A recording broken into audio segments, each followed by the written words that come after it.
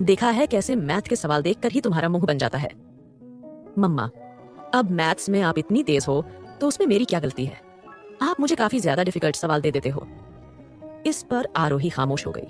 वो सच में थोड़े ज्यादा ही मुश्किल सवाल धानी को दे देती थी और धानी सेकंड से लेकर 4th ग्रेड तक के बच्चों के सवाल तो चुटकियों में हल कर देती थी, जिस वजह से अब वो 5th या 6th ग्रेड्स के बच्चों वाले क्वेश्चन सॉल्व करती थी। सच में धानी कोई जीनियस थी। वही वार्ड के बाहर अद्विजय खड़ा उस डोनर का इंतजार कर रहा था। डॉक्टर भी काफी बार पूछ चुकी थी कि डोनर कहाँ है, मगर अद्विजय के पास कोई जवाब नहीं था। आखिर में अद्विजय को लगाकर उस डोनर ने धोखा दिया, तो उसने दंश से कहा कि वो डोनर की करंट लोकेशन पर जाए और उसे किडनैप करके लाए। दंश वहां से निकल गया, मगर जब वो उस एड्रेस पर पहुंचा तो वहां पर न ही कोई इंसान था और न ही किसी इंसान का कोई सामान था। ये देखकर दंश काफी घबरा गया था और उसने इस बारे में अद्विजय को बताया। अद्विजय समझ गया कि वो लड़की जरूर उसके साथ फ्रॉड करने वाली थी। जब वो खुद भी हॉस्पिटल से निकला तो डॉक्टर के पास एक लड़की आकर बोली, डॉक्टर, ऑपरेशन का टाइम हो गया है क्या? ये सुनकर डॉक्टर थोड़ा हैरान हुई। डॉक्टर सोच रही थी कि वो लड़की नहीं आएगी, मगर वो आ चुकी थी। डॉक्टर, क्या आप अभी ऑपरेशन शुरू कर रहे हैं? लड़की की ये बात सुनकर डॉक्टर ने हाँ में सर हिलाया। अद्विजय और आरोही ने पहले ही पेपर्स पर साइन कर दिया था, इसीलिए डॉक्टर ऑपरेशन की तैयारी में लग गए। नर्सेज ने आरोही को धानी से दूर कर दिया गया। धानी हॉस्पिटल में बने मंदिर में जाकर धानी के लिए प्रेयर करने लगी। उसने सोचा कि वो ऑपरेशन होने के बाद डोनर से मिलकर उसको धन्यवाद कहेगी। जब आरोही ऑपरेशन होते ही धानी से मिलने पहुंची तो डॉक्टर ने कहा कि वो धानी से नहीं मिल सकती, क्योंकि धानी के घाव अभी भरे नहीं होंगे और किसी के भी जाने से उसे इन्फेक्शन हो सकता था, इसलिए उसे कुछ देर वेट करना था। आरोही ने पूछा, डॉक्टर, मैं धानी से बाद में मिल लूंगी, मगर मुझे पहले उस डोनर से मिलना है। क्या आप मुझे उसके बारे में बता सकती हैं कि वो कहाँ है? यकेश डॉक्टर आरोही को उस डोनर के रूम में ले गई। जैसे ही आरोही ने उस वार्ड में झांक कर देखा तो एक लड़की बिस्तर पर लेटी थी, जिसने हॉस्पिटल गाउन पहना हुआ था। उस लड़की को देखकर आरोही आगे बढ़ी। जैसे ही वो बिस्तर के पास आकर खड़ी हुई, उसने अपनी नजरों से उस लड़की को देखने की कोशिश की। जैसे ही उसने उस लड़की के चेहरे को देखा, आरोही की तो जैसे हैरान से आंखें ही बाहर आ गईं। उसने हैरान होकर कहा, तुम 113। आरोही भागकर उस डोनर के पास गई। उसने नीचे बैठकर उस लड़की को देखा और बोली, सिया, तुम जिंदा हो कैसे? और वो तुम्हारी अस्थियां? ये सुनकर सिया मुस्कुराकर बोली, आरोही, तुमसे दोबारा मिलकर मुझे काफी अच्छा लगा। और हाँ, मुझे कुछ नहीं हुआ है। मुझे गोली तो लगी थी, लगा था कि जैसे मैं मरने वाली हूँ, मगर मुझे मेरे आदमियों ने बचा लिया था और मैं रिकवर होने के लिए अपनी फैमिली के पास थी। इस पर आरोही बोली, लेकिन सिया, क्या तुम ही धानी की डोनर थी? ये सुनकर सिया ने हाँ में सर हिलाया और बोली, अगर मुझे पहले पता चला कि धानी की मैं इतनी बड़ी मदद कर सकती हूँ तो मैं पहले ही ये काम कर चुकी होती। भगवान ने शायद इसीलिए मेरी जिंदगी बख्शी है, ताकि मैं उस नन्ही परी की जान बचा सकूं। आरोही, सच में तुम्हारी बेटी किसी एंजल से काम नहीं है। मैंने उसे बहुत मिस किया। आरोही कंफ्यूज होकर बोली, लेकिन तुम्हें कैसे पता कि तुम धानी को बोन मैरो दे सकती हो? इस पर सिया बोली, दरअसल जब मेरा ट्रीटमेंट हो रहा था तब अद्विजय के कहने पर हर हॉस्पिटल के पेशेंट का चेक किया जा रहा था और तब मेरा बोन मैरो धानी से मैच हुआ। मैं फिर ठीक होते ही मुंबई आ गई। ये सुनकर आरोही कुछ देर खामोश रही और फिर वो बोली, सिया, तुमने अपने जिंदा होने की बात अभी तक अद्विजय से क्यों छुपाई है? ये सुनकर सिया सहगल बोली, वो दरअसल मैं चाहती थी कि मेरे मरने की झूठी खबर सुनकर अद्विजय अपनी जिंदगी में आगे बढ़ जाए और तुम दोनों का रिश्ता सुधर जाए। वो अपनी टोन बदलते हुए बोली, आरोही, मुझे पता चला है कि तुम दोनों का रिश्ता काफी सुधर चुका है। सच में ऐसा है?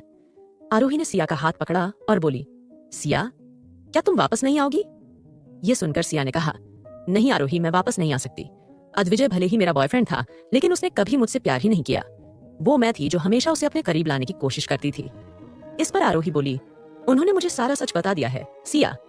ये सुनकर सिया बोली, हाँ, जब मुझे गोलियां लगी थी तो मैंने एक वीडियो बनाकर अद्विजय से रिक्वेस्ट की थी कि वो तुम्हें सारा सच बताकर तुम्हें अपना ले। आरोही, मैं उम्मीद करती हूँ कि तुम राहुल जैसे इंसान को भुलाकर अद्विजय की परफेक्ट वाइफ बनोगी। इस पर आरोही फीकी की हंसी के साथ मुस्कुराई। सिया जिंदा थी, ये जानकर आरोही को काफी खुशी हुई थी। सिया मुस्कुराते हुए आरोही के चेहरे को देख रही थी। जब आरोही सिया सहगल से मिलकर वहां से चली गई तो अचानक सिया दरवाजे को बंद करके बिस्तर से उठ गई। उसने अपने पॉकेट से एक सिगरेट जलाई और उसे सुलगाकर हंसते हुए बोली, तो ये बेवकूफ है जो अद्विजय की पत्नी बनी है। अद्विजय की चॉइस, ये कैसे हो सकती है? अनबिलीवेबल। ये सुनकर बाथरूम में छुपा हुआ एक आदमी बाहर आया, जिसने ब्राउन कलर के काफी स्टाइलिश कपड़े पहने हुए थे। उसके कानों में पियर्सिंग थी और हाथ की उंगलियों पर भी टैटूज थे। वो काफी ज्यादा हैंडसम एंड अट्रैक्टिव पर्सनैलिटी वाला इंसान था। वो उस लड़की के पास आया और उसने लड़की की सिगरेट को लेकर एक लंबा कश भरते हुए कहा, बेबी, मैं वापस तुम्हें इंडिया लेकर आ चुका हूँ। लेकिन मुझसे वादा करो कि तुम वापस अद्विजय के पास जाने के बारे में सोचोगी भी नहीं। हम यहाँ सिर्फ एक जरूरी काम से आए हैं और तुम यहाँ सिया सहगल की पहचान को लेकर ज्यादा दिन नहीं रह सकती। हमने ही आरंभ सहगल की इकलौती बेटी सिया सहगल को मारा है। अगर ये बात सहगल परिवार को पता चलेगी तो हमारे लिए काफी बड़ी प्रॉब्लम हो सकती है। ये सुनकर वो लड़की यानी अद्विजय का प्यार शिया उस आदमी को देखकर बोली, विराज, माना कि उस दिन जब अद्विजय के लोगों ने मुझे समुद्र में मरा समझकर फेंक दिया था, तब तुम ही थे जिसने मुझे बचाया। मगर तुम्हारा एहसान मुझ पर इतना भी बड़ा नहीं है कि मैं अपनी जिंदगी तुम्हारे हिसाब से चलाऊं। मैं जहां चाहूं वहां रह सकती हूँ। अद्विजय को दोबारा पाना चाहूं तो पा सकती हूँ। ये सुनकर वो आदमी गुस्से से अपने दोनों हाथ बिस्तर पर रखते हुए बोला, मैं तुमसे प्यार करता हूँ डेमिट। मैंने तुम्हारे लिए आज तक वो हर गलत काम किया जो मैं नहीं करना चाहता था। मैंने तुम्हारे चक्कर में अपने ही परिवार को खत्म कर दिया, अपने सपनों को मार दिया। ये सुनकर वो लड़की मुस्कुराते हुए बोली, तो क्या मैं तुम्हारी पूजा करूं? विराज, मुझे तुमसे प्यार नहीं है, बस मुझे दूसरों की चीजों को छीनने में बहुत मजा आता है। और तुम तो 24 घंटे मेरे आगे पीछे घूमते रहते हो। सो अगर तुम चाहते कि मैं तुमसे अट्रैक्ट हो जाऊं तो तुम्हें मुझसे दूर रहना चाहिए था ना। वो कहते हैं ना, घर की मुर्गी दाल बराबर। ये सुनकर विराज शिया के चेहरे को पकड़ते हुए बोला, मैं तुमसे प्यार करता हूँ। 1 मिनट की दूरी भी मैं तुमसे बर्दाश्त नहीं कर पाता हूँ। हाँ, मैं अपने दिल के हाथों मजबूर हूँ, लेकिन तुम कितनी पत्थर दिल हो। अरे तुमने तो अपने बच्चे तक को मारने से पहले एक पल भी नहीं सोचा। ये सुनकर शिया के चेहरे का रंग फीका पड़ गया। वो बोली, मैंने नहीं मारा है मेरे बच्चे को, वो जिंदा है और मैं उसे अपने साथ ले जाकर रहूंगी। ये सुनकर विराज बोला नहीं है, तुम्हारे अंदर ममता शिया, जरूर तुम उस बच्चों को अपने साथ ले जाकर कुछ गलत ही करने वाली हो, है ना? ये सुनकर शिया मुस्कुराते हुए बोली, अब की बार ऐसा नहीं है। मैं इमोर्टल आई गैंग की लीडर अपना वारिस चाहती हूँ, इसमें क्या गलत है? बस तुम अब मुझे फालतू की बातों में मत लगाओ और ये सोचो कि हम सहगल परिवार की पावर को कैसे यूज कर सकते हैं। इस पर विराज बोला, शिया, अब ये लड़की जाकर अद्विजय को तुम्हारे जिंदा होने की बात बता देगी और जब तुम्हारे पास अद्विजय आएगा तो वो ये पहचानने में देर नहीं लगाएगा कि तुम सिया सहगल नहीं बल्कि इमोर्टल आई गैंग की लीडर शिया हो। ये सुनकर शिया हंसते हुए बोली, तुम्हें क्या लगता है मेरी एक्टिंग स्किल्स इतनी बेकार है? वो कभी इस बारे में पता नहीं कर पाएगा और डोंट वरी, मैं उससे दूर ही रहूंगी। ये कहकर शिया ने विराज के चेहरे को प्यार से सहलाया। वहीं आरोही हॉस्पिटल से भागकर बाहर आई। उसने इधर उधर नजरों को दौड़ाकर अद्विजय को तलाशने की कोशिश की, मगर वहाँ सिर्फ उसकी नई कार के अलावा कुछ नहीं था। वो अद्विजय को जब वहाँ कहीं भी ढूंढ नहीं पाई तो वो वापस निराश होकर हॉस्पिटल पहुंची।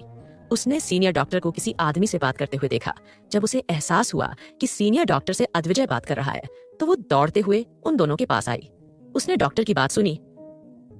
मिस्टर रावत, कंग्रेचुलेशंस, आपकी डॉटर धानी का ऑपरेशन सक्सेसफुल हुआ। अब आपकी बेटी एक लंबी जिंदगी जी पाएगी। ये सब उस डोनर की वजह से ही पॉसिबल हो पाया है। Where is she? I want to meet her, Advijay ने डॉक्टर से पूछा। डॉक्टर ने बताया वो तो काफी देर पहले ही हॉस्पिटल छोड़कर बाहर निकल चुकी है। इस पर आरोही अचानक अद्विजय से बोली, अद्विजय, मुझे आपको कुछ बताना है उस डोनर के बारे में। अद्विजय ने आरोही की ओर देखा। बर्थडे पार्टी वाली रात के बाद आज आरोही उससे दोबारा बात कर रही थी। अद्विजय उससे बात करना चाहता था, मगर इससे पहले उसे दूसरा काम करना था। वो आरोही की ओर देखते हुए बोला, थोड़ी देर रुको, धानी से अंदर मिलकर आता हूँ। ये कहकर उसने वार्ड के डोर को खोला और अंदर चला गया। अचानक आरोही के फोन पर राहुल का सीए आया। अब धानी का ऑपरेशन सक्सेसफुल हो चुका था। अब ना ही आरोही को फेक प्रेगनेंसी का नाटक करने की जरूरत थी और ना ही राहुल की बातें मानने की जरूरत थी। लेकिन फिर भी उसने सीए उठाया। वो देखना चाहती थी कि अब राहुल क्या कहना चाहता है। राहुल ने सीए पिक होते ही कहा, आरोही, मुझे पता चला कि तुम्हें डोनर मिल गई है। इस पर आरोही थोड़ी हैरान हुई और वो बोली, क्या तुम अभी भी मेरा पीछा कर रहे हो? राहुल बोला, मेरी एक ही तो वाइफ है, क्या मैं उसके बारे में इंफॉर्मेशन भी नहीं रख सकता?